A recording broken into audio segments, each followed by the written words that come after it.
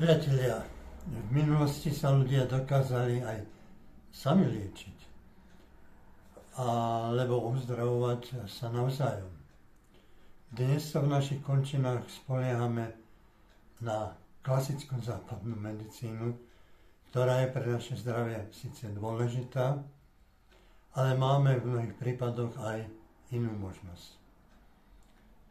Napríklad cesta zdravia samoliečením sa snaží o návrat k tomu, čo bolo preverené a odskúšané v minulosti aj našimi predkami.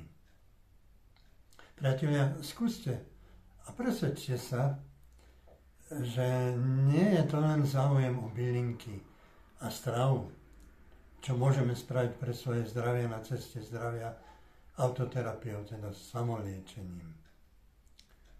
Vy sa pýtate, ako? Napríklad účasťou na prezentácii.